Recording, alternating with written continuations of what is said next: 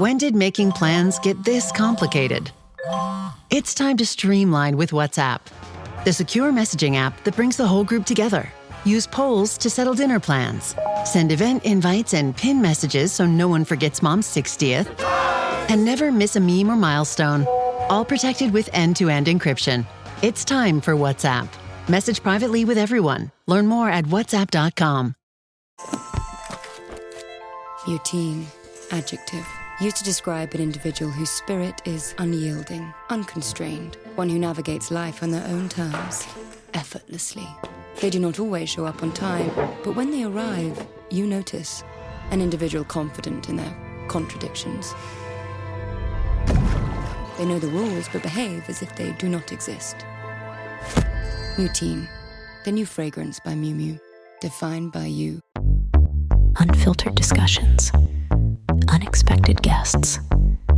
No topic is off limits, from sex and relationships to the human condition, personal anxieties, and so much more. The only talk show of its kind in the world. This is The Last Show with David Cooper. Hi, welcome. Happy Friday. We've got an action-packed show tonight, so let me tell you about some of the stuff you'll learn quickly on tonight's program. When no one's watching and no one is checking, people sometimes cheat. But when an AI does the cheating for us, that's when things get spicy. So in 10 minutes time, we'll dive into how AI can make dishonesty easier and what that means for all of us using common chatbot tools. After that, it's everything you wanted to know about a Oaxacan culinary delicacy. Grasshoppers. They're delicious, believe it or not. And we'll learn about the rich culinary history of eating grasshoppers. Man, I love doing this show. That's some of what you'll hear on tonight's program. Let's dive in. Want to be part of The Last Show with David Cooper? Call us and join the conversation. 1-888-505-6644. I know an old lady who punched an alligator to save her dog. She punched her dog to save a cat. She punched the cat to save a bird. She punched the bird to save a spider. She punched the spider to save the fly. And I don't know why she punched the fly and why I read that whole thing. We are joined by foreign correspondent Tony Five from a Croatian airport. So you might hear some small Croatian children crying in the background. Tony, welcome to the program. David, never fear. If I see a small Croatian child, I will punch him. For the advancements of radio, David. Yes. What you spoke for at the beginning is a wonderful Florida nursery rhyme. Swallowing a fly to catch a spider to catch an alligator who punched your dog. Unbelievable. I thought we were going to ban all Florida-based stories, David. I thought we were too, but this one takes us to Land O'Lakes, which I guess is a real place. There's a famous butter in North America named Land O'Lakes butter. You can get it at any grocery store. But it is a place in Florida, and a woman has reportedly punched an alligator to save her dog, and she has the cast on her arm to prove it. I know you hate Florida stories, Tony, but this one was just too juicy not to cover.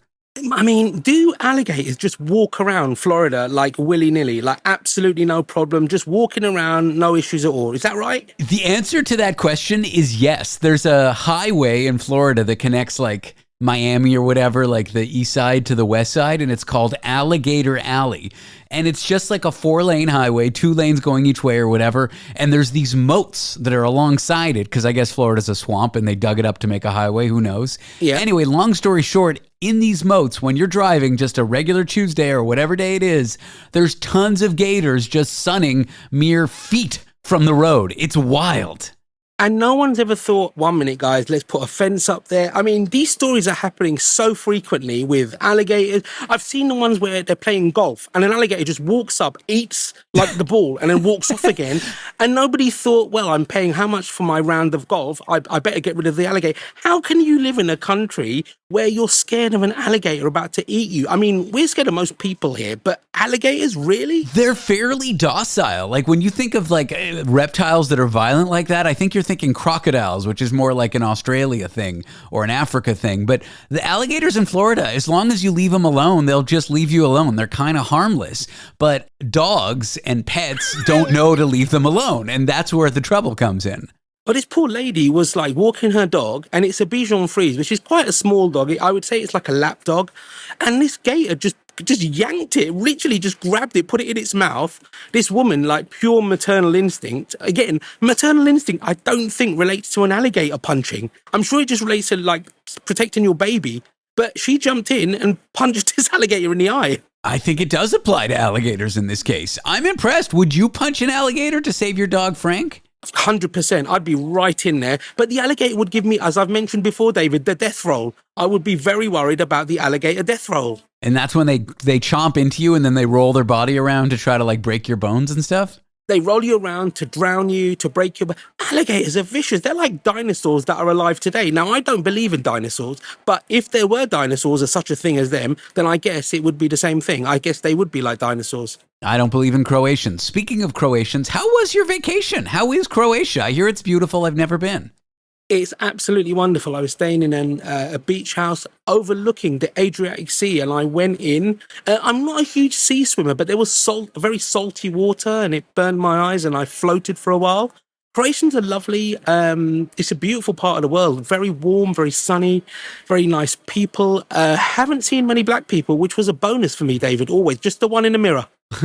So you and your mother were the entire black population of the country? We were. And many people wanted to touch my mum and stroke my head for good luck. And it's always a wonderful thing. I did want to charge them a few euros, but couldn't get it done. You know, tax implications, my friend. All right. You were very exotic there. If somebody said to me, hey, let's grab dinner tonight, we're eating at that Croatian restaurant, I'd be like, what food is that? What kind of food do they have there?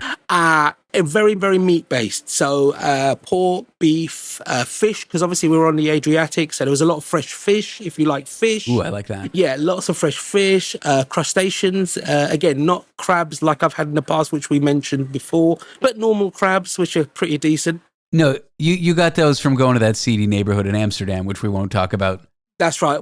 We try never to talk about that, David, and the cream still works, but it's still painful. It's... Hit you. Lovely. Really, really nice. Yeah, really, really nice. I would definitely recommend it to anybody sitting at home now. If you ever wanted to go to Croatia, book a flight.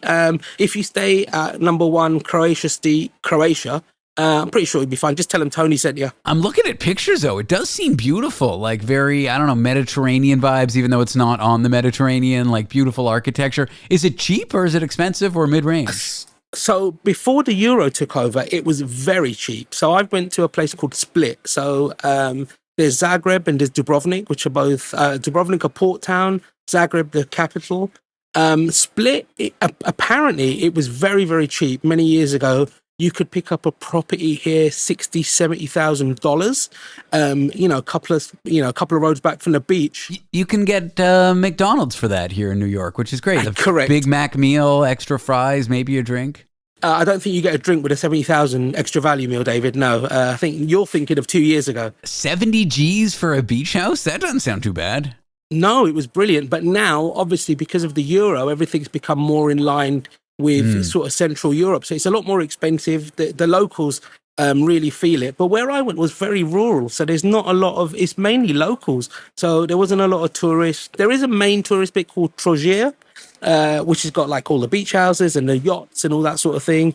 But where I stayed was really nice. It was a good break. It was only 2 or 3 days with mum and got a bit of sun, got a bit of vitamin D, took your advice, stopped doom scrolling. And you were so right. The early warning system, the David Cooper early warning system of my depression actually worked because I did feel myself slipping unbelievably. Earlier in the week, Tony came to the show and at the commercial break, he was distraught. And I'm like, turn off the news, dude. I'm glad it worked.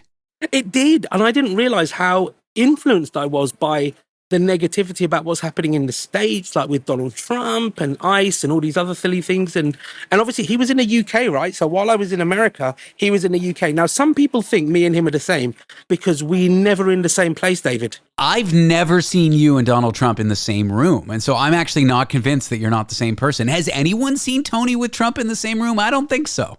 Well, we both like McDonald's, so it's the same thing, you know? I have heard that he likes Filet-O-Fish a lot. Do you like Filet-O-Fish? I do like a Filet-O-Fish. Well, I think him and the King are now best buds, it would seem. Apparently so. I did read that as well. Yeah, it's a bit weird. It's a bit strange. I did see some people who protested by putting these huge projections on the side of Windsor Castle. I mean, the English know how to protest. They are fantastic. You see that a lot in New York, people projecting ridiculous things onto buildings. I love it because it's so in your face, but it also causes no damage and you can't really stop it. It's an amazing form of protest. I think it's just a wonderful way to use technology, right? Huge projections on the side of buildings of these really unflattering photos of him. But what can you do? It's not damaging anything, is it? So it's great. All right. Well, Tony Five is our foreign correspondent. He reports live from an airport in Croatia. He's flying back to the UK later on tonight. We'll catch him in London tomorrow. And by tomorrow, I mean Monday, because we don't have the show on the weekend. Tony, thank you for being here. David, always a pleasure. And das vidanya. Coming up next, people do little things to cheat, like on their taxes and stuff. But when given the option to have an AI help them cheat, they're more likely to cheat. So do these fancy new chatbot tools make us more dishonest? I'm David Cooper. This is The Last Show, and we'll tackle that in a few moments. This episode is brought to you by Jack Daniels. Jack Daniels and music are made for each other. They share a rhythm in the craft of making something timeless, while being a part of legendary nights. From backyard jams to sold-out arenas, there's a song in every toast. Please drink responsibly. Responsibility.org. Jack Daniels and Old No. 7 are registered trademarks. Tennessee whiskey, 40% alcohol by volume. Jack Daniel Distillery, Lynchburg, Tennessee.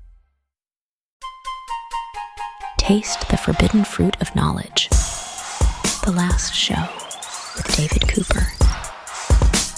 People can lie, cheat, and bend the rules, but what happens when they let a machine do their dirty work, when they do cheating with large language models? Well, tonight we'll talk about AI, ethics, and the curious ways that humans can offload bad behavior and how it can make you a little more dishonest. I'm here with someone who's done research in this area. He works in human understanding of algorithms and machines. He's Professor Dr. Nils Köbis, and he works at the Duisburg Essen University in Germany. Nils, welcome to the show. Thanks so much. I love that you researched unethical behavior using AI. What does it mean to delegate your dirty work or do bad tasks with AI? Yeah, so basically the inspiration for this work came from a review that we wrote, which was inspired by the idea that, look, we know from behavioral science that other people can have a really strong pull on our moral compass, right? Like if I observe someone else is cheating, I'm more likely to do it because it's easier to justify. And we were basically thought about writing a review paper in which we don't look at how other people influence our ethical behavior, but how AI might influence us, right? And so we defined different roles through which they could do it. The AI could be a bad role model, could be a partner, could be an advisor, or could be a delegate. And so basically the study that just got published is on this particular role where we looked at what happens to people's moral preferences when they can actually not decide themselves, but let an AI basically make decisions for them. Let's make this more concrete. What would be an example of such a decision or such a delegation? Yeah, I mean, there are many. I don't know if you rent out your apartment on Airbnb still. No, I never would do that. I'm not a fan of anyway, but yes, no, I get it. Okay, renting out my place on Airbnb. You're renting out your place on Airbnb and you might see the option of smart pricing, right? So basically an algorithm will set the price for you. And that's just one example where algorithms are setting prices in online market settings, right? And it's a cool example in a way because on one hand, I mean, I did it when I was still living in Amsterdam. I was renting my place and I saw this suggestion, which was way higher than I had initially expected. Like, yeah, cool, let me do that. Now, in many cases, when you let algorithms set prices in online markets, they start colluding with one another, right? So there's evidence that they actually start setting prices that are suboptimal to the consumers without the person who's setting the prices actually explicitly asked them to do that. Is it price fixing if a machine does it? Isn't price fixing illegal? Yeah, which is exactly why we had a huge case here in Germany about gas stations that seem to have done that. Now, if I'm the gas station owner, I might just realize, like, as soon as I use this algorithm, I make way more revenue. That's super convenient. And I think there is a certain temptation to basically turn a blind eye as to how the algorithm actually did accrue these nice benefits, right? And you can think of other examples that are maybe a bit more everyday life situations, like declaring your taxes, right? There are AI tools that you can use to help you declare your taxes. And obviously, there are many ways how you can declare your taxes in a very favorable way. And we think that, in many other instances too, it might be very tempting to let an algorithm basically engage in unethical behavior that we might ourselves be not willing to engage in. but to basically turn a blind eye or willfully ignore how it actually did it. Or maybe be intentionally vague, leave details out, and then the AI goes based on the info it has, but you kind of gave it dishonest info, and then it gives you the tax return results or something like that? Absolutely. I mean, that's exactly what we found in the first two studies, is that the interface through which you're telling the AI what to do really, really matters, right? So imagine like people are doing this task, and I can tell you in a moment that the task we use to measure ethical behavior. And when they do it themselves, 5% of them are dishonest. Now, there's real money at stake. So, they get money if they cheat. Now, if they delegate the same decision to an algorithm, all of a sudden, 90% of people are cheating. What? And that has to do with the way that the interface through which you tell the algorithm what to do is super vague. As you just said, there's what some researchers call moral wiggle room, right? Yeah. So I can basically tell myself, like, well, I just set the knob in a certain way. I just gave it a goal. I didn't ask it explicitly to cheat. But I take the benefits if it gives me some, right? So, and that's basically what we found in these first two studies, that the way you're telling the algorithm really matters, because we found much lower levels of cheating if you had to tell the algorithm exactly the rules that it should follow. So are we more comfortable with these omissions or this vagueness than we are explicitly being dishonest by giving it dishonest instructions? That's exactly right. So I think it makes it much easier to basically exploit this moral wiggle room when I just have to set goals. Or, for example, we had another interface where you had to choose the training data, right? So there you could always say, like, well, I just chose this training data. I didn't know what it would do in the end. So you always have a little bit of room that you can exploit. And we know from a lot of research in behavioral ethics, which is this field in behavioral science to study unethical behavior, is we know that people are often doing what they can justify to themselves and to others, right? And I think algorithms really are an interesting new phenomenon on that is influencing our behavior more passively by being an advisor, for example. But in our case, it also influences our behavior by actively doing the particular task on our behalf. What was the task you studied? You mentioned you tell it to me. I'm curious now. Yeah. So I love that task, David. That got me into behavioral ethics. It's called the die rolling task, and it's basically as simple so that you can even play it with kids, right? So you get a die, 6-sided playing die. And you roll the die, and I'm telling you, I'm the experimenter now. I'm wearing a lab coat, and your task is like, roll this die and report to me the number that you saw. And in some instances, you would have it under a cup where it's just a little peeking hole, so only you know the actual number you rolled. And then you get out, and you're about to tell me the number you rolled, but then you see, if you report a 1, you get €1 or $1. If you report a 2, you get $2. If you report a 3, you get $3. Now imagine you rolled the die, you saw a 2. All of a sudden, you're in a situation where you have a temptation to lie for profit, right? So are you going to say, I rolled a 6 and get maximum pay? Or are you going to be honest and just get $2? And this task basically has not just been a fun task to run experiments with, it also has what researchers call external validity. So it actually correlates with rule violations outside of the lab, People who are lying in this task, they are more likely to take public transport without a ticket. They're more likely to show up late for work, and they're even more likely to use deceitful sales practices in markets. So we can use that task to kind of get a proxy for people's ethical behavior. And we use that particular task in a version that you can run on the computer screen, and basically had different treatments, as we say. So different people would do the same task under different circumstances. So how could we use AI to possibly cheat in this? Yeah, you can tell an algorithm, for example, how you want it to report these die rolls on your behalf, right? And this you can do via rules. You can tell it exactly like, if the die roll is a 1, I want you to report a, and then you tell it exactly the numbers. You can use training data based on previous participants that you basically say, like, these different participants should basically inform the algorithm to do its behavior. Or you can have what we call this ethical knob, right? So where you basically just tell the algorithm the goal it should pursue. And this last setting where you just set the goal was the one that was actually, cheating went through the roof, basically, when you had that interface. And people chose that one overwhelmingly. Well, basically, we had we had two different versions of the task, right? So one, we basically forced them to delegate, right? So they had no other option. One group would be in this setting with this ethical knob. The other group would be in the setting with the rules. The third one with the training data, and the fourth one where they did it themselves. In the follow-up study, we actually gave them a choice. We said, like, look, here, you can either do the delegation or you do it yourself. It was interesting, we had a 50-50 split of people opting to delegate, But when they were in the delegation context, they were very likely to cheat. Right, so that was actually kind of interesting. At a high level, what does this say about human nature when we use tools like AI to do things like tax returns or price our Airbnbs or do everyday tasks? Yeah, I think it really tells us a lot about our moral psychology, and that, AI could be a very convenient scapegoat in some cases, right? It might be very useful as what people now call more and more agentive AI models that can actually do tasks. So OpenAI's operator, you just tell it, like, order me some food. And I think these type of models are basically on the rise.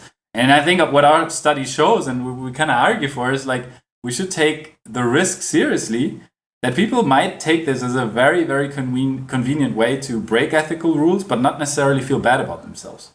Because usually when we break ethical rules, we feel kind of bad, especially when we don't really have a good reason why we did it. And I think AI can really tip the scale there a bit on how we sort of morally account for unethical behavior. Well, great. So great that tools like ChatGPT are widely available and people use them all the time. This is just such a wonderful finding. I kid, of course, but it's really interesting stuff. Thanks for walking me through your study, Nils. Oh, yeah, my pleasure. Professor Dr. Nils Köbis is a researcher at Duisburg-Essen University in Germany. Up next, everything you wanted to know and some things you probably didn't about a culinary delicacy, grasshoppers. Want to be part of the last show with David Cooper? Call us and join the conversation. 1-888-505-6644. This episode is brought to you by State Farm. Checking off the boxes on your to-do list is a great feeling. And when it comes to checking off coverage, a State Farm agent can help you choose an option that's right for you. Whether you prefer talking in person, on the phone, or using the award-winning app, it's nice knowing you have help finding coverage that best fits your needs. Like a good neighbor, State Farm is there. We're here because your heightened awareness deserves heightened entertainment. The last show with David Cooper.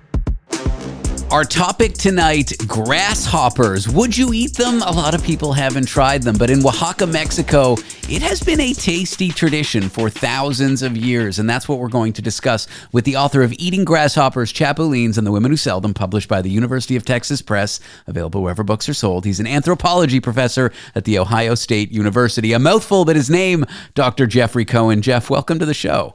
Thank you, David. It's nice to be here. Appreciate it. What made you so interested in the culinary history of eating insects, I guess? Eating insects, yeah. So edible insects, or entomophagy, it's a really understudied area. It's really important. I got into it in the late part of the 20th century when I was doing research in southern Mexico, and the folks I was working with were eating grasshoppers. And I'm an anthropologist. One of the things we do is go in and experience the stuff around us. We use a process called participant observation. So I had to try them, and they're delicious. I think for a lot of people, they're happy to eat things like lobsters, which to me is just a giant sea cockroach, a delicious one. But when it comes to crustaceans or things that look like insects, if it's in the water, I think a lot of people who live in the West are like, great. And if it's an insect, they say no. And we shouldn't look at things this way, should we? I don't think so. It's sort of what are you used to eating? And so insects are consumed by about 2 billion people every day on the planet. So there are a lot of people eating a lot of insects, and there are different sorts of possibilities. Not everybody doesn't eat every insect. Everyone has like special ones. And so where I work in southern Mexico, the specialty, there are a few things. There are the grasshoppers called chapulín. There are flying ants that are called chiquitanas. And then in a couple other parts of Mexico, they're going to consume other sorts of things. Escamol is another delicacy that's from ants. And then there's like also the byproducts, honey, for example. I mean, it's made by bees, right? It is? So, wow, yeah, I had no idea. Yeah. It doesn't just come from the store. I thought it was made in the aisle in the grocery store. That's its natural habitat. Before we get into the rich cultural history here, I want to do that. What do they taste like? I've eaten cricket tacos. Are crickets anything like grasshoppers, or is that a real faux pas to compare the two? So the folks that we work with, they would never eat a cricket. So a cricket, a griot, they say is just one of the worst tastes you can possibly try. Yeah. I thought it was good. They were crunchy. Yeah. Crickets can be crunchy, but they tend to be kind of metallic-y in their flavor. And they're just not as good as a grasshopper. So the chapulín that we work, the women that produce them and the people we work with, they eat them in a couple of different ways. There's large ones that are adult, and they may be up to about an inch long. And those, when you eat them, you kind of know, okay, I'm eating a grasshopper. But they have little ones that have just like hatched, and those are really delicious, and they can be very sweet. They tend to grow up consuming alfalfa, and so they tend to be pretty sweet. Whereas crickets, they're not eating things that are going to make them taste sweeter. They tend to be a little bitter. Seems like you're on the side of the people in Oaxaca who look down on crickets. Yeah, so we're not gonna we don't go there. I tell you, we asked some of the women that we worked with, started asking them, like, what do you think of a cricket? We got laughed out of our interviews. They were just like, woohoo! They were like, gringo, who would eat a cricket?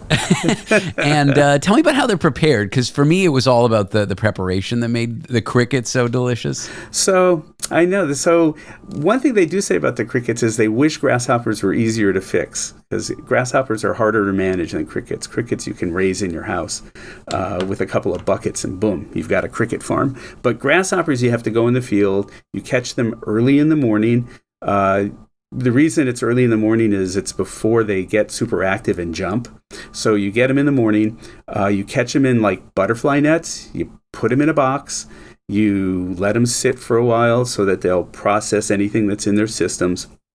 And then as you put them in a corner, they kind of go very dormant. And as you want to produce them, you can take them out. Then you put them in boiling water very quickly. Blanch them, I guess. Yeah, and they actually turn red. They have the same amino acid, or I think it's an amino acid, in their chitin that a lobster has, so they turn red. It's a very appetizing color, that bright red. Yeah, it is. It's very pretty.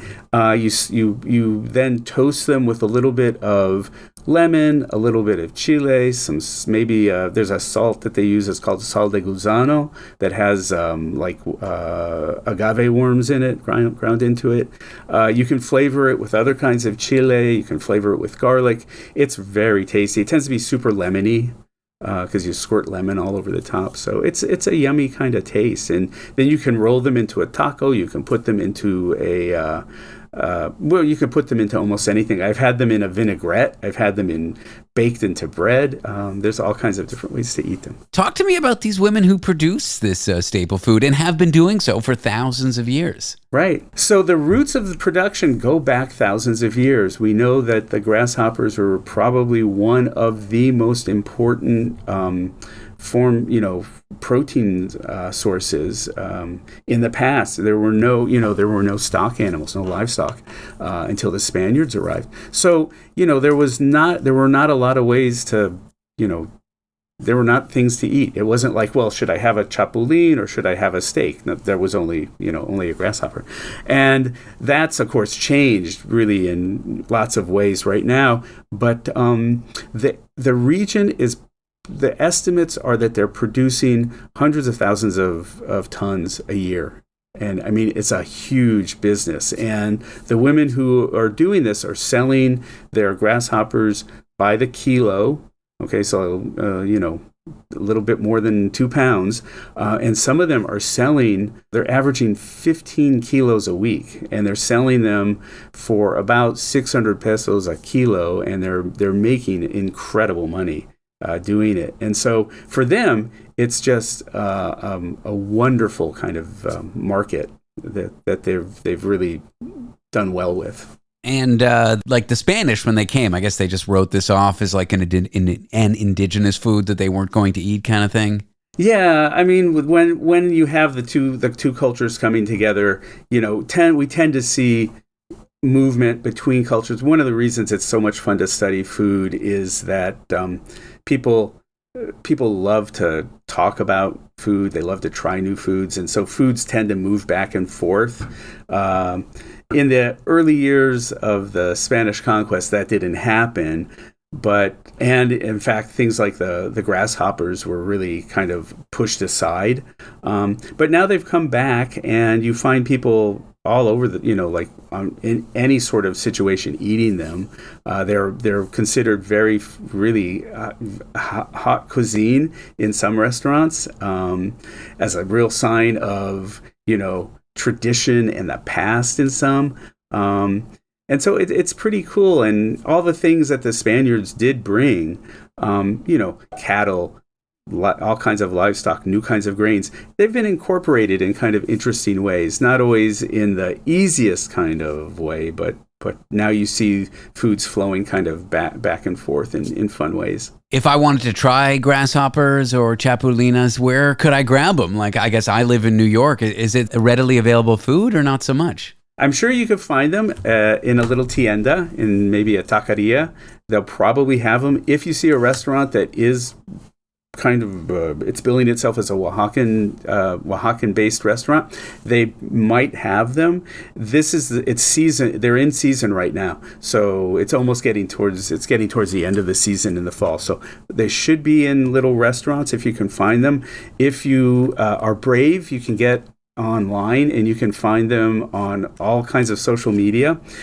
You can find us. There are a couple of sites that people run. So, yeah. All right. Well, I'm here with Dr. Jeffrey Cohen, who's an anthropology professor at The Ohio State University. Check out his book, Eating Grasshoppers, Chapulinos, and the Women Who Sell Them, published by the University of Texas Press. That's available wherever books are sold. Jeff, thanks for talking to me today. This was a fun interview. Sure. Thank you. I appreciate it. Lovely to be here. After the break, a profile of a really interesting comedian, Ashwyn Singh, who's got some interesting takes on the immigrant experience. So a stand-up comedian's profile on the other side of the break. Want to be part of the last show with David Cooper? Call us and join the conversation. 1-888-505-6644. Eczema isn't always obvious, but it's real.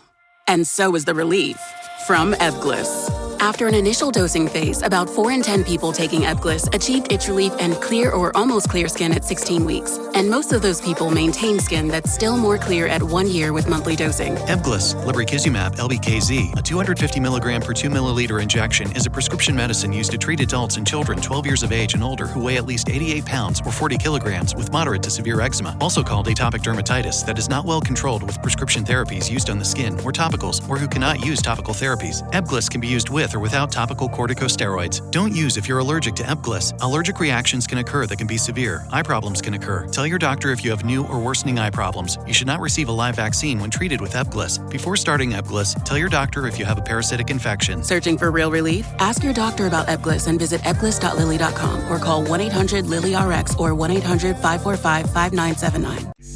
Broadcasting intimate details and useless information from an undisclosed location in New York City. The Last Show with David Cooper. He left New Delhi for Ontario, traded computer science for stand-up comedy, and now he's taking stages across Canada and beyond with a sharp wit and stories inspired by the immigrant experience. He's an exciting voice in stand-up, and I'm excited to get to know him. His name is Ashwyn Singh. Ashwyn, welcome to the show. Hey, David. Thanks for having me, man. You and I share a common background. We were nerdy computer people and then traded all that, or in the words of my mother, decided that I hated money and started getting into comedy. Why comedy from computer science? Well, this is an interesting transition. In your mother's defense, I do hate money. Me too, apparently. I got into computer science because it felt like it would open up the most options. I just didn't really know what I wanted to do with my life at the time.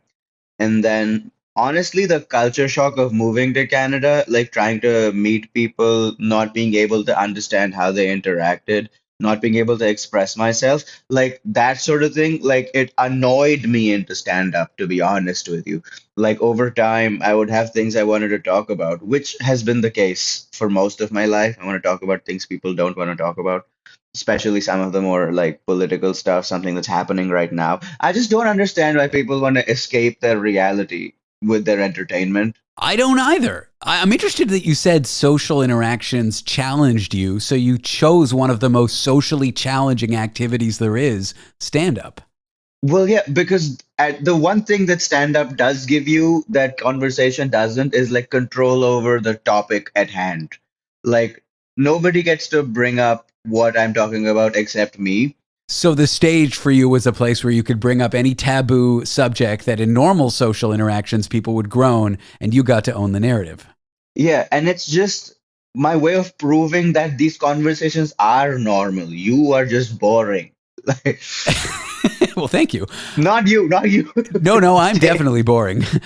Let's talk about applying that lens to like your experience with your family. You've got your family in New Delhi. You're living in Canada, 19 years old, changing countries. Like, how does that lens apply to your life at this point? It was similar with my family, actually. They didn't understand comedy, but they understood me. So the first time, maybe not the first time, the seventh time when I was talented, when they saw me do stand up, they were able to understand, oh, he's just being him in the most him way he can be, where he's not restricted by, there's 14 people sitting around the dinner table that are like family, and you can only really talk about like five things, like how is school going and his grandfather taking his medicine and yada, yada, yada. But it's never like anything interesting you can't talk about. And so when they saw me on stage, I think it kind of just clicked like, oh, this is just the conversations he likes to have in a way that people will allow him to have them.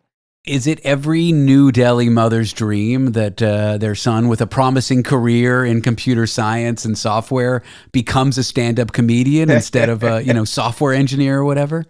Oh yeah, they wish you write like 15 minutes of material about specifically your mother and post it to YouTube for the world to see. They can't. No, computer science was already a stretch because my father is a chartered accountant, and it would have been easier for me to go into something commercial, like either business or an economics degree, like something like that. Even when I chose computer science, my dad was like, okay, you do whatever you want with your life, but you understand, if you go in this direction, I can offer you far less help than if you went into business or chartered accountancy or economics or something similar. And I was like, well, but I don't want to do any of those other things. So I chose computer science because at the time that's what made me feel cool. And I will say I am very privileged. Like whenever sometimes people come up to me at home now when I'm sitting with my dad and they'll be like, you should be so proud of your son for following his dreams and like not listening to what anybody has to say. And I'm like, I didn't have to listen to anybody because my dad let me do all of these things. And half of my life was taken care of. Like I went to school, I didn't have to worry about who was paying my school fees and like where the next meal was coming from. And it's like standing on the shoulders of giants. Like I get to do this because I had the freedom to pursue interest and passion over survival. And I only have that because my parents like built a certain sort of support system that allowed me to do that. So I'm like, don't tell my dad he should be proud of me. I should be proud of my dad. Yeah, I think it's a wonderful lens for which to look at your family and all that they did for you. Stand-up isn't easy. This is something that takes hours and hours and hours, and going to open mics every night and eating you-know-what every night. Were you a particularly diligent student? Did that serve you well in stand-up? I was a far more diligent student of stand-up than computer science, to be honest with you. Sure.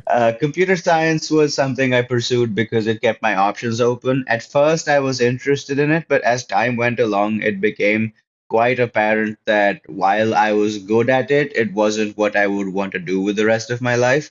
So the one thing that sporadically, I have never really been disciplined about anything as much as I have been interested in things. And so if passion is not my motivator, I really don't know what to do with things. stand up is the first thing that I have done that I have loved so much that I will try to be disciplined at it even on the bad days. Mm-hmm. And there will be many. Yes. But the bad day isn't like when a joke doesn't work, you know? That's just stand up. Like the definitionally being a comedian, it kind of worked for me because I don't think like when a joke doesn't work makes you a bad comic. I think when a joke doesn't work and then you go home and you don't think about why it didn't work and you don't edit it and you don't rewrite it, that's when you're a bad comic. Yeah, not putting in the work is what makes you a bad comic. You know, I'm struck by what you're saying because for me, I was a totally bad student. I was a mediocre employee. It was only when I realized I had a passion for radio was I willing to put in like 10, 12 hours a day behind the microphone because I felt like I had no other option. Is that what you feel about comedy? Like you have to do it? It's not a compulsion. I mean, it is and it isn't. Getting on stage now feels like a compulsion. I'm far less annoying now to my friends because I get on stage for 3 hours a week. Because you've got an outlet. Yeah, by the time I get off, I can chill a little bit, and I'm still plenty intense now. But you gotta imagine when I didn't have this outlet, how annoying it must have been. Now, tell me about the tour. You are touring Canada. You're hitting like most major Canadian cities. What are you most excited about, or what's next?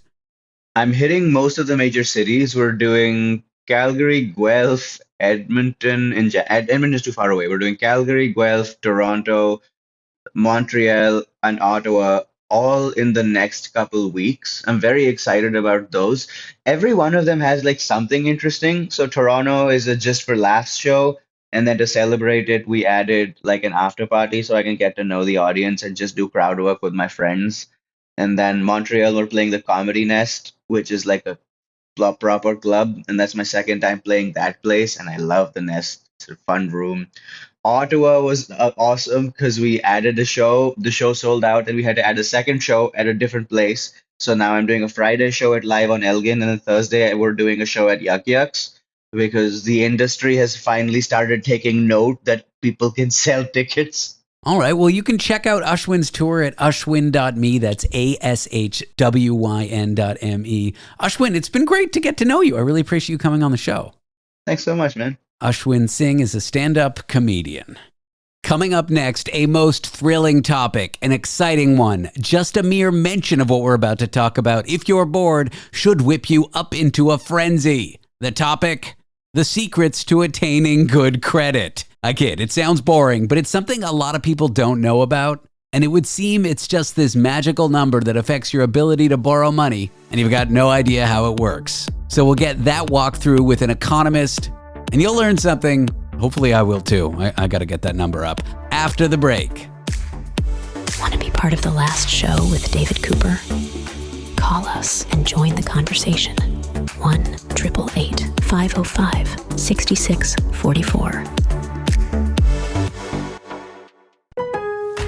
Lowe's knows how to help make your home holiday ready for less. Get Select Style Selections vinyl flooring for just $1.99 per square foot and have it installed before the festivities begin. Our team can help you every step of the way. See a Lowe's Red Vest associate or visit Lowe's.com/holiday install to get started. Lowe's, we help, you save. Basic install only. Date restrictions apply. Subject to availability. Installed by independent contractors. See associate for details. Contiguous U.S. only. The last show with David Cooper. Procrastinate your life away with us. Let's talk about a thrilling topic. It's so exciting, just hearing any mention of it is enough to whip up a bored person into a frenzy. The topic, the secrets to getting good credit. I actually promise this might be interesting and maybe helpful for some people. I'm here with Dr. Eric Kam, an economics professor at Toronto Metropolitan University. Eric, welcome to the show. Thank you, David. An honor as always. I have the great pleasure of having moved countries at age 26 and starting with nothing in a new banking system. I moved from Canada to the US. So I've gone through this journey in some sense twice. It ain't easy having a good credit score, and it's so like opaque how it all works to the average person. Well, yeah, because no one's going to tell you how they calculate your debt score. It seems to be a big black box. out of which comes a number, and it's either a high number or a low number. But if you do sort of try to get into the box and see how it's done, no one's going to tell you. And that's just one of the secrets about wealth management.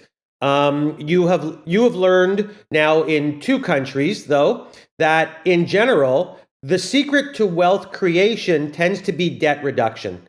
And so that credit score really is not as much an indication of your wealth creation, but how much do you owe? Everybody has, believe it or not, people don't know it, there is a ceiling and there is a floor that is preset by these debt companies that allow you to take out only so much debt against your wealth. The problem is, again, nobody knows how they get there. For me, the biggest thing I did was paid my credit card off the day before it was due. That was the way that I saw my number go from high 600s to I think 800 I got once. Does it work the same way in Canada? Like 850 is the highest, or is it a little different there? No, it works exactly the same way. 850 is the highest, and you've struck on the single most important thing with respect to that debt reduction, which is there is good debt and there is bad debt. And the worst debt is credit card debt. It is absolutely a mafia type rates that I won't geek out, but the real interest rate on a credit card in Canada is about 30 or 31%, which is absolutely criminal. And you will never, ever get anything other than poor by continually paying the monthly minimums that they offer you. So you got rid of your bad debt, and that's always the way to start. I think looking at credit cards as free money, especially when they increase your limit as free money, is like the single biggest mistake you can make financially in your life. Maybe not the single biggest, but it's like on average, that's a mistake people make. Oh, the bank wants to give me an extra $1,000 of limit, free money. That's not how that works, is it? It's not, but it's a really old trick by the banks and lending companies. I'll tell you another one they use. I'll give you my personal. When I bought my house, I said I needed to borrow, I'll tell you the truth, $180,000. And they said, you could do that, but because of your credit, you could borrow up to $1 million. Why don't you borrow the $1 million, use what you want, and then keep the rest for a rainy day? Now, that sounds not like a bad idea to some people. It's a horrific idea because let me tell you how human nature works. You spend it and you still owe it. It doesn't go away. And then you end up owing $1 million on your $180,000 and you lose your home to a collection company. People don't understand. There's not nearly enough education, David, about debt, debt collection, the role of interest rates, the role of time. I mean, and really in some sense, I blame people for making bad decisions. Sometimes I just blame whatever the system is at not educating people how it works. And they'll give you the absolute maximum they can that they think you'll somehow pay back or struggle to pay back. They want you to struggle to pay back, but still pay those monthly fees. And so if they think, oh, you're paying off your credit card every month, we'll just dangle more money in front of your head. We'll just dangle more limit in front of your head. I guess it's the same way with house stuff. Like they'll give you a higher mortgage, even though you can afford a more modest one.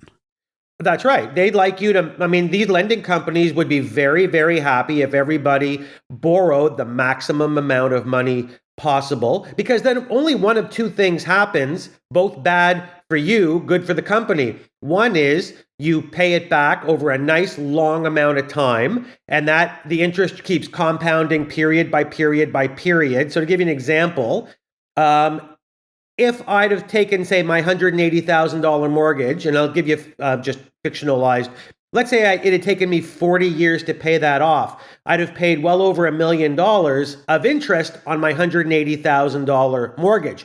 The number two scenario is you default on your house and they take your house and sell it. So they don't lose. Lending companies don't lose. They're too big and they know the rules better than the people borrowing the money. And that loan is secured. Like they're happy to loan it because they can take your house. Whereas credit card loan, it's not secured. And so that's what they treat as bad debt. Is that kind of how the banks see it? If there's some underlying asset or security, it's good debt. If it's just quote unquote free money and you can just like take it and not pay it back, it's riskier for them. And that's why they charge the high interest rates. That's exactly why. You could also argue they charge that because they can, because they know most people just pay what they can each month, pay the minimum. And I have friends who tell me, I don't really care how much I owe on my Visa bill. I know I can pay the monthly minimum, and they're content with that. But you're right. That's why they do it, because it is unsecured. But rest assured, by the way, just because that debt is unsecured, they will make your life hell. If you can't pay your credit card, they will come after you. They will seize your assets. It doesn't matter that it's secured or unsecured. They will get their money back if it's the last thing they do. And they'll torture you by lowering your credit limit, which really affects your ability to buy things like houses and cars, which is what we're trying to talk about here. What are some other tricks I can do to raise my credit limit?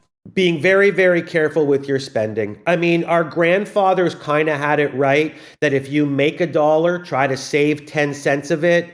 Keep your conspicuous consumption as low as possible until you're super wealthy.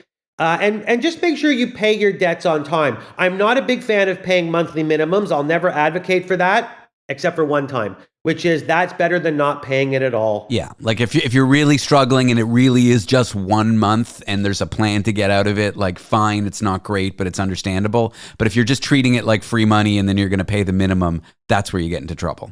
That's right. And there's also, again, I don't like putting this out there, but it's true. If you get into credit card hell and your debts are starting to collapse around you and you really are like getting physically and emotionally ill over this, there are companies in the States and Canada that you can go to that will consolidate your debt. They'll make a deal with your creditors and you can pay a little bit less than you owe to get yourself out of debt. So there are things that you can do to be proactive when it's too late, and that's better than nothing. The best thing, and you know what I'm going to say, is be proactive early. Do a little bit of reading, do a little bit of research on how debt and interest works, and maybe you won't get into debt trouble in the first place. But the reality is, David, nobody, I'm going to use the word nobody, is going to go through this life completely debt-free. Life is just too expensive today to buy houses and cars and be able to pay it all up front. So if you're going to do that, do it smartly.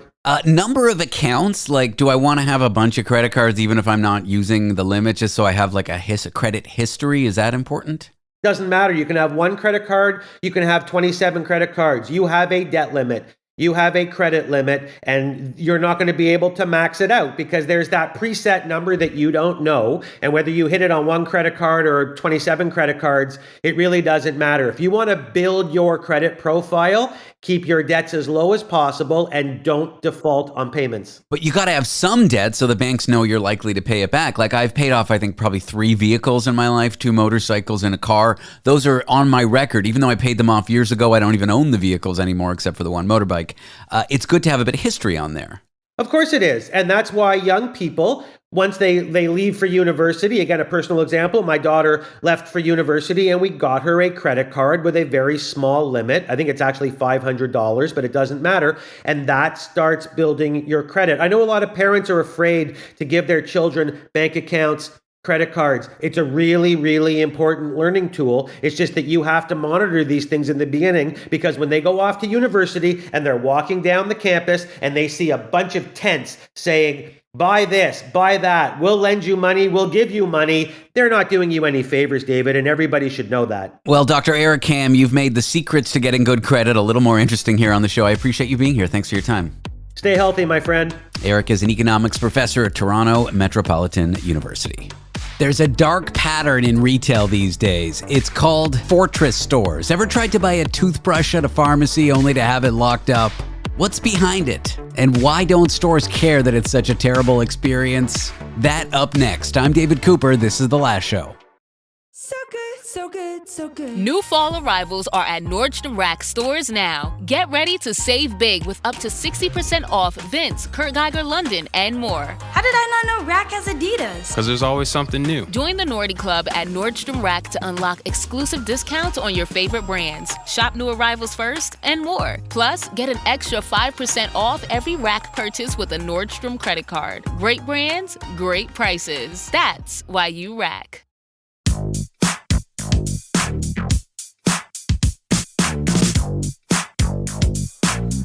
Broadcasting from the neutral zone, where every perspective gets diplomatic immunity. This is The Last Show with David Cooper.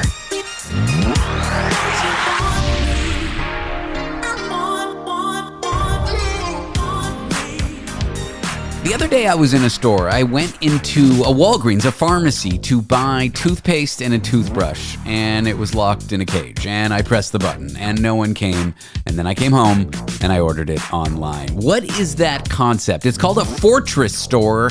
That's when stores prioritize security over, well, consumer process, consumer enjoyment. That's what we're going to discuss here with retail analyst Bruce Winder. Bruce, welcome to the show. Hey, thanks for having me on. I hate this practice. I understand why retailers do it to prevent theft, but is there any benefit to the customer to have these lockdown stores? No, it's brutal. It's absolutely the worst thing you can do from a customer experience perspective. I realize why it's done, to obviously put, theft or shrink as the prime directive, but it's absolutely atrocious. And by definition, it hurts sales. You're going to lose a ton of sales by having things locked up. It's also kind of sad. I was in the same pharmacy and the baby formula was locked up, which made me just feel really bad about humanity. Just thinking about, a struggling mother, steals one of these formulas once and now it's flagged as a high theft item. There's something kind of cringy about what they choose to put behind locked glass, isn't there? Yeah, it is. I mean, usually it's high value items that are smaller, that are easy to sort of put in your pocket, and items that can be resold normally, or used, to your point. I mean, there's different types of theft, right? There's the mom who's down on her luck who needs that. And, then there's the organized retail crime folks who have a whole army of people go out to stores, steal things, and then they resell them online. So, unfortunately, sort of all those are lumped into the same category. Yeah, what they choose, there must be some weird algorithm behind it. But does it keep costs down? Could that be an argument? I'm just trying to play the devil's advocate. If they minimize theft, it keeps the cost of items down? Or do you think that's cost savings won't be passed to the consumer at all? Well, no, it is. I mean, the issue, we've faced over the last several years since the pandemic is that we've seen quite a bit of inflation. And part of that inflation is because of the significant increase in theft. And consumers absolutely have to pay for it. And in some categories, it could be a percentage or two. And, retailers might only make 10% profit in total. So they have to raise prices to offset it, unfortunately. So what should they be doing instead? Hiring more security guards, keeping an eye on it more, rather than making this customer experience completely undelightful, if that's even a word? Yeah, it's a real tough one. There's no silver bullet, and it's very location specific, and it's very category specific and retailer specific. I mean, some retailers have hired security guards. Some have hired policemen, off-duty policemen with guns. Some have locked things up. They've tried to use body cameras. You name it. I mean, and nothing really works that well. And part of it is in society too is, 20, 30 years ago, if you stole something, I'm not saying this is right, store staff would tackle you and take it away from you. Now with cameras and liability and all kinds of things, smartphones, no one's going to do that. Everyone's afraid to do that too. And retailers don't want any part of that liability. So it's sort of a quagmire right now. It's sort of a black hole where no one's really been able to fix it, yet it keeps costing the industry, billions a year. Interesting. So they don't want to tackle anyone because they don't want to get sued or have some liability there, but they also don't want them stealing. So what we end up is with things locked away, impossible to get. Exactly. It's sort of it's in that weird phase where there isn't a solution. No one wants to own it.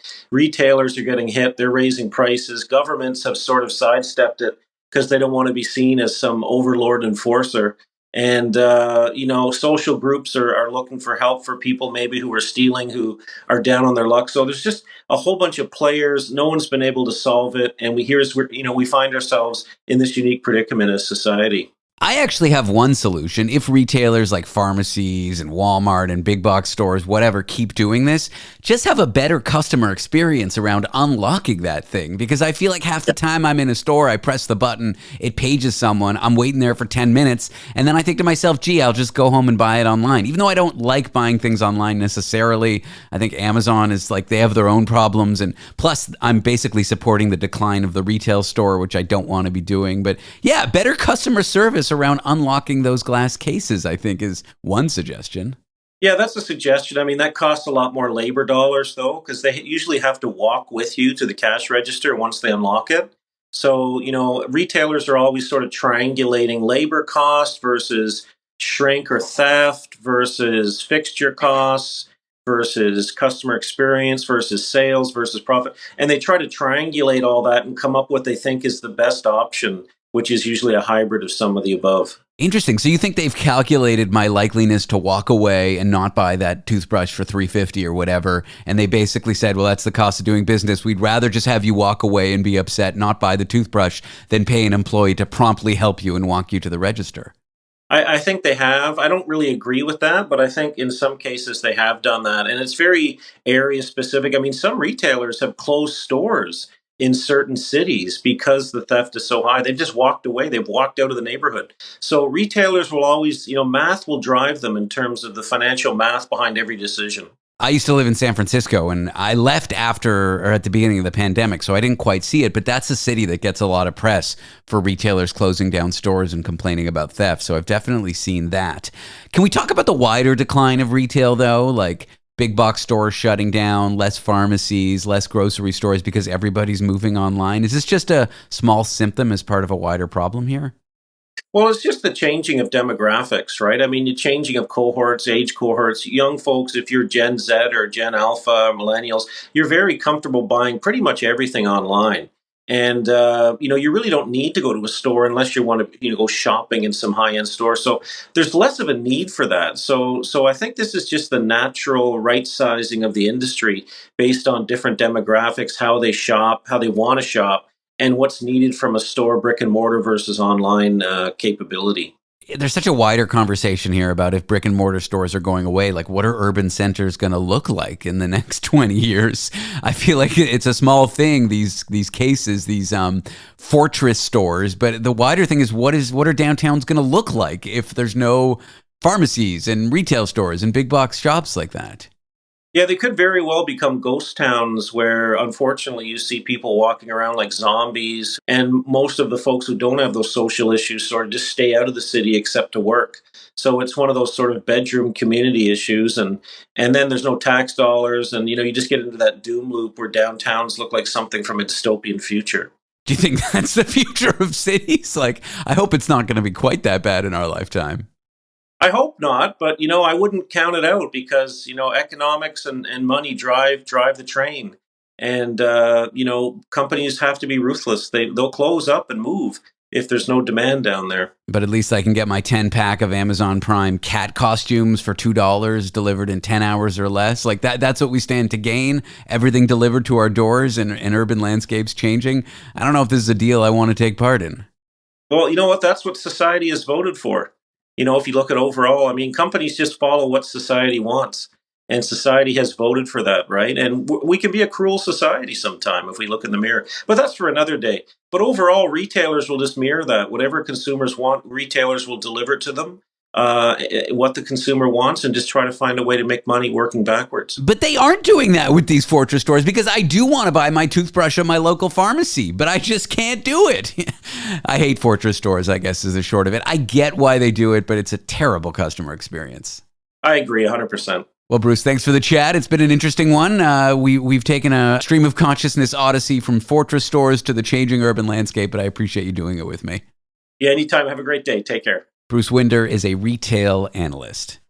After the break, we'll cover this. Online influencers tell you what to buy. Endless videos about products. But de-influencers? They're the same people online telling you what not to buy. It's a growing trend. Creators push back on hype. They claim to save you money changing how you consume. But stick around because we'll unpack this rise of de-influencers and question whether it's more of the same online content with people trying to make money selling videos to you. Want to be part of the last show with David Cooper? Call us and join the conversation. 1-888-505-6644.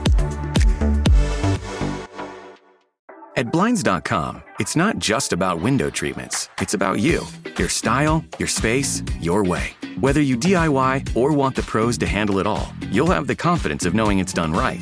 From free expert design help to our 100% satisfaction guarantee, everything we do is made to fit your life and your windows. Because at Blinds.com, the only thing we treat better than windows is you. Visit Blinds.com now for up to 45% off with minimum purchase plus a professional measure at no cost. Rules and restrictions apply. The only talk show with an introduction that mentions its own introduction. And that's happening right now in this introduction. The Last Show with David Cooper. Begging for a mention. Yeah, you just want attention. When we think of people online talking about products in short-form videos, we think of people trying to sell us, maybe sponsored content. But there's a whole new type of influencer online called de-influencers, encouraging people to buy less, be thrifty.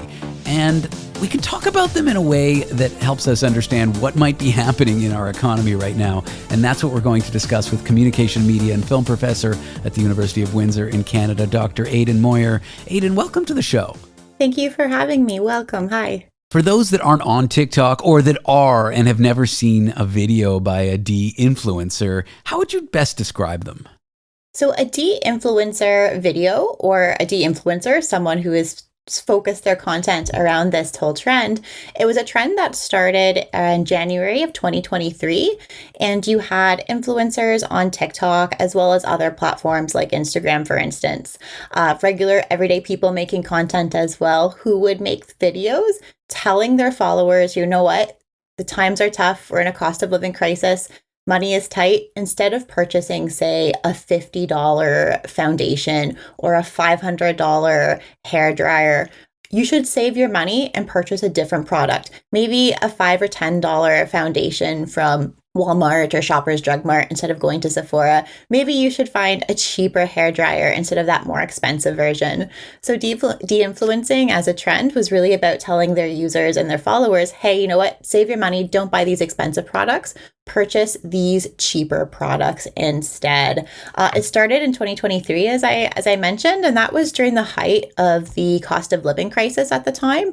A lot of users were feeling, the economic pinch of inflation and rising grocery prices. So there was a lot of conversation in the public and in the news about how many of everyday people were really feeling the effect of the cost of living crisis. So de-influencing as a social media trend really started to pick up in January of 2023, and it continued on. It's still around today. It's been a few years now, 2 years, and you see content like de-influencing for, say, the back to school shopping season. Instead of spending your money on these products, you should buy this and that. You'll see de-influencing around major shopping holidays. For instance, de-influencing Black Friday edition, de-influencing Amazon Prime edition.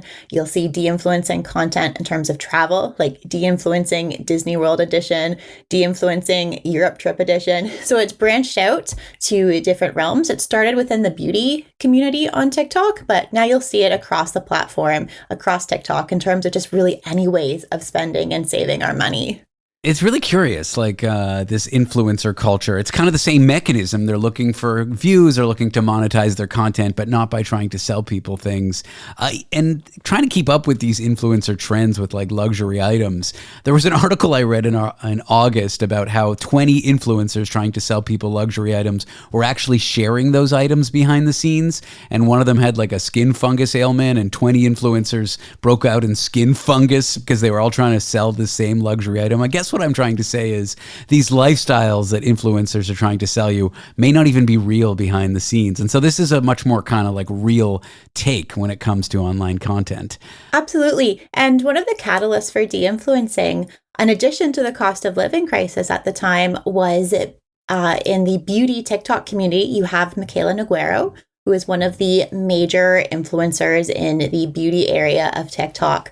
She has hundreds of millions of followers and interactions. And she posted a video in January of 2023 where she was sponsored. It was a sponsored video for L'Oreal, and she was promoting one of their new mascaras.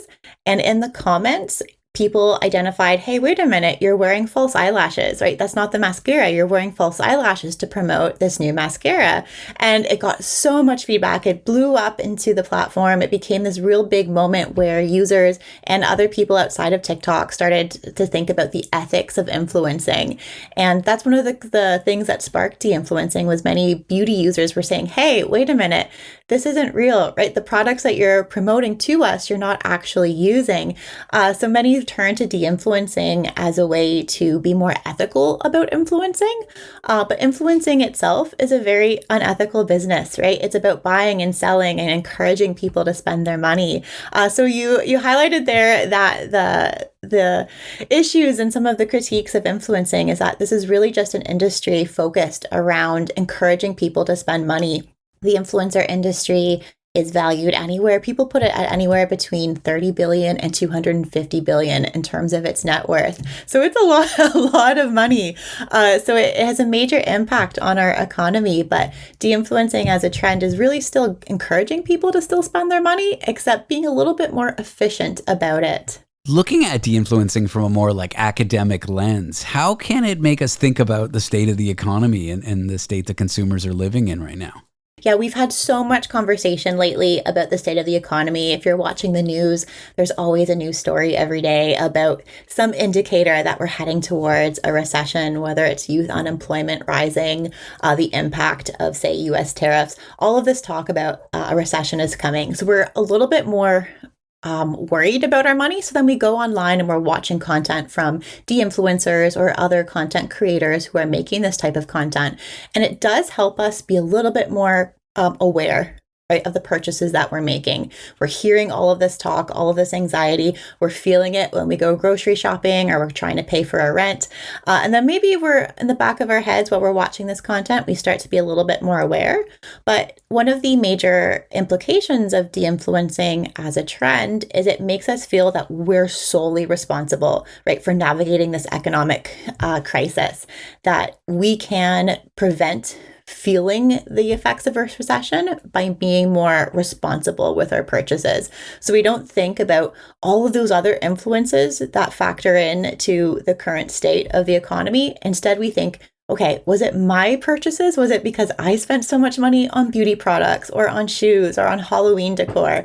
We start to internalize it and think, well, maybe, you know what, I need to rail back my spending, as opposed to thinking about all of the other impacts that factor into the economy.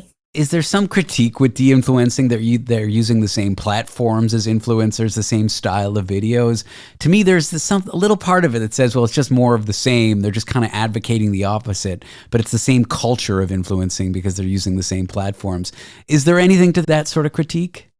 Absolutely. Many of the first de-influencers, they weren't influencers in terms of the followings. They were just everyday content creators, and they were able to collect a whole bunch of followers and become part of that whole influencer culture that they were initially critiquing. And that's where sort of the disingenuousness of the trend comes in, is that many who were starting this trend just to critique influencers like Michaela, for instance, those mega influencers, they ultimately became influencers themselves and just keep that cycle going. And I think that's where many find issue with a trend like de-influencing or any other trends that we see online that are encouraging us not to spend our money, is that it's really just keeping the cycle going. And the influencer industry is here to stay. It's not going anywhere.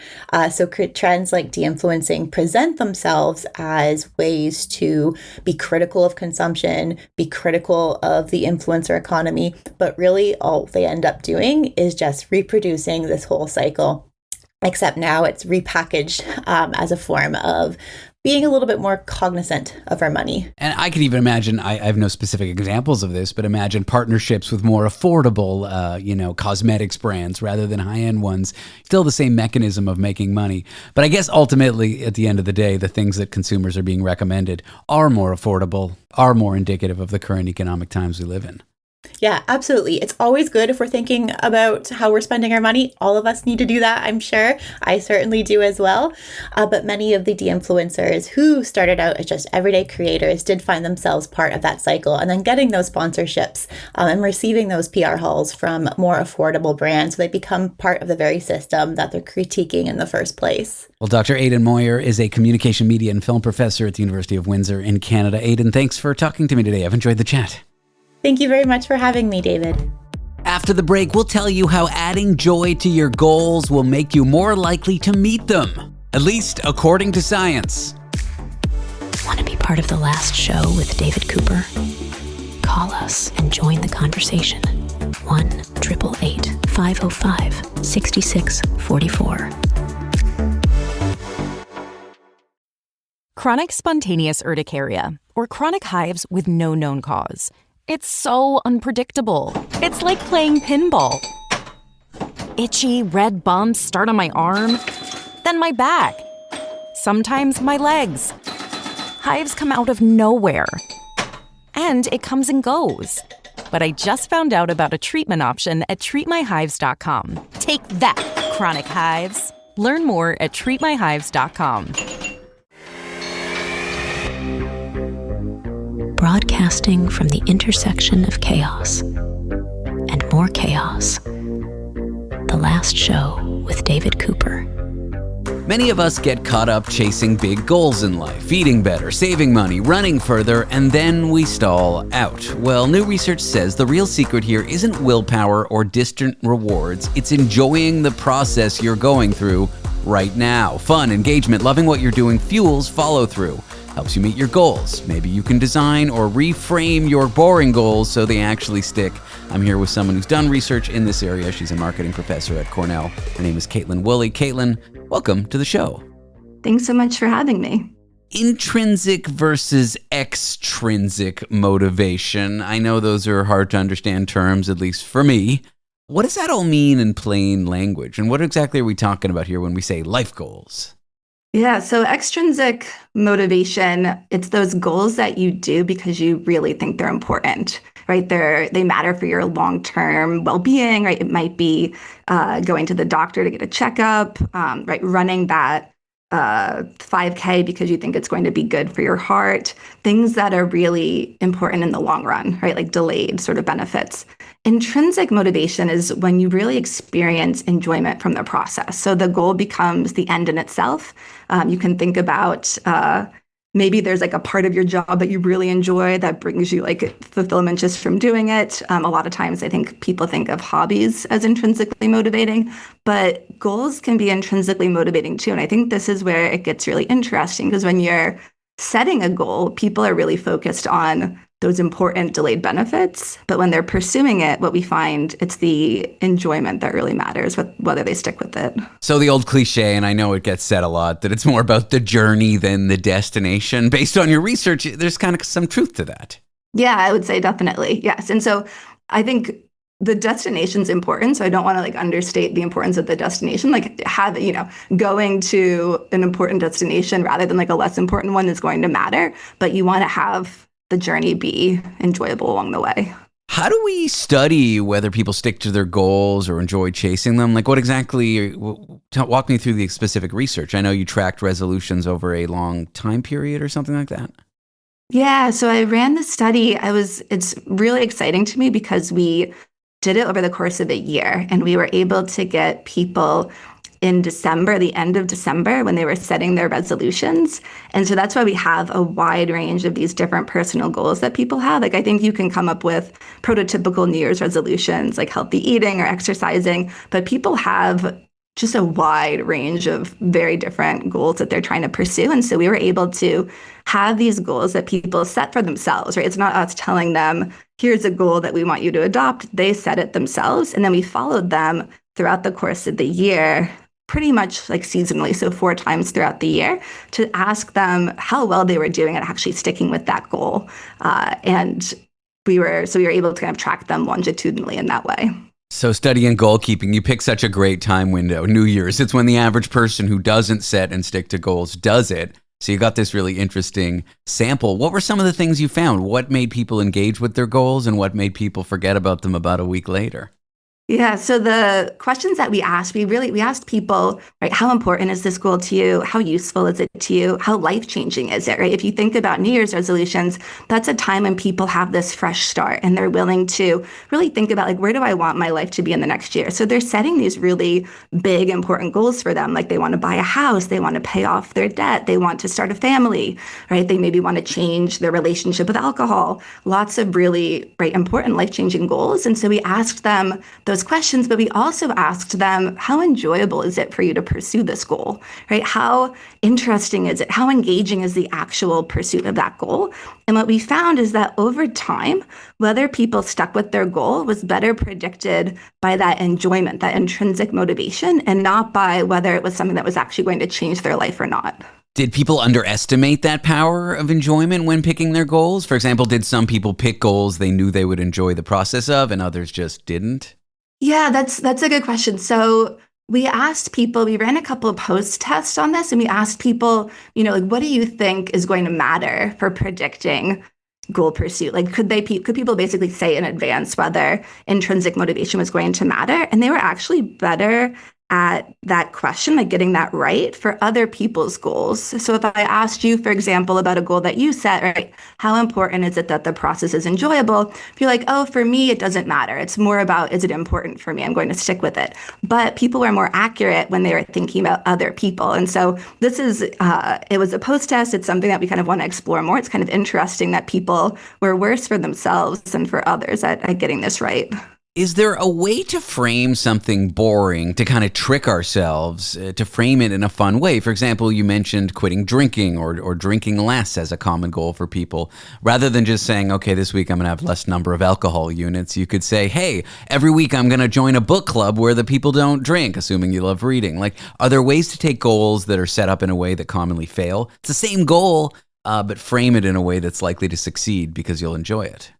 Yeah, so I've studied this in a different paper. We tried a couple different ways to try and take boring goals and make them more enjoyable. And so the one way that you suggest, it's kind of like adding in immediate benefits. So maybe, quitting drinking is kind of hard, or cutting down on drinking is hard. How can I find something that's enjoyable to do while I'm doing that? So like coming up with a new book club where people don't drink. I could also think about, I think the rise in popularity of mocktails helps with that too, because if you can find like a tasty substitute that makes it easier.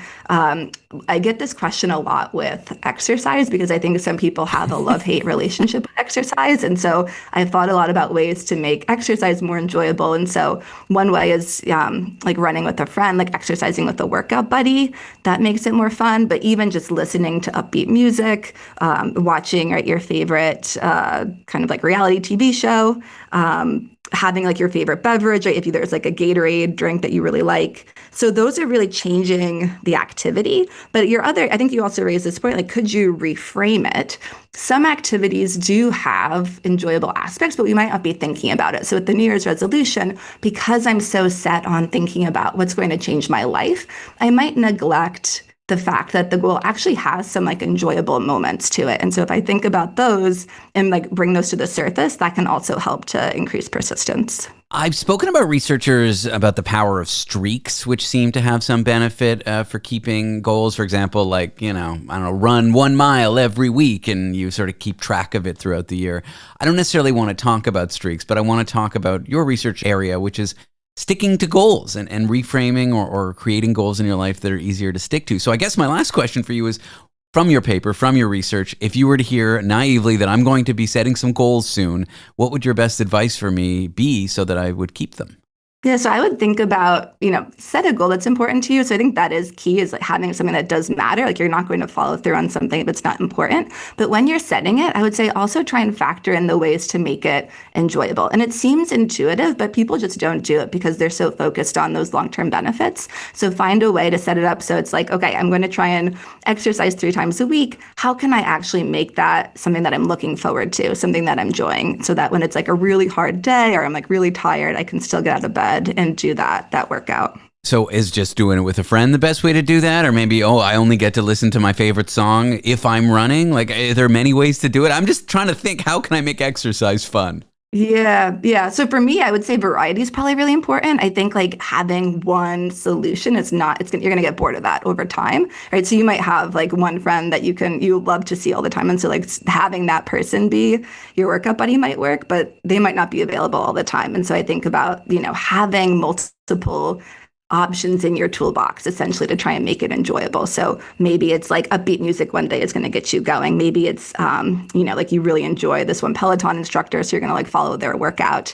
You have like a parasocial relationship with them and that's going to motivate you. Maybe another time you're watching like a fun movie and you can exercise with that. So I think being creative and trying to include enjoyment and maybe in a variety of ways is going to be most effective.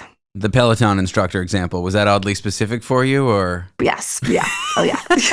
All right. Well, I'm here with Kaitlin Woolley, a marketing professor from Cornell. Kaitlin, thanks for talking to me about your research and goal setting. This might help me. Yeah, thanks so much. That's a wrap on the show. That's a wrap on the week. Thanks for tuning in. The Last Show is available as a podcast. Head to www.lastshow.pizza for details. And on that podcast, starting this weekend, there'll be some bonus content, stuff you won't hear on the radio program. I'm David Cooper. This was The Last Show. Have a nice weekend. We'll catch you Monday night. Oh, and that's lastshow.pizza, not .com. Doug. Here we have the Limu Emu in its natural habitat, helping people customize their car insurance and save hundreds with Liberty Mutual. Fascinating. It's accompanied by his natural ally, Doug. Limu? Is that guy with the binoculars watching us? Cut the camera. They see us. Only pay for what you need at libertymutual.com. Liberty, liberty, liberty, liberty. Savings vary. Underwritten by Liberty Mutual Insurance Company and affiliates. Excludes Massachusetts.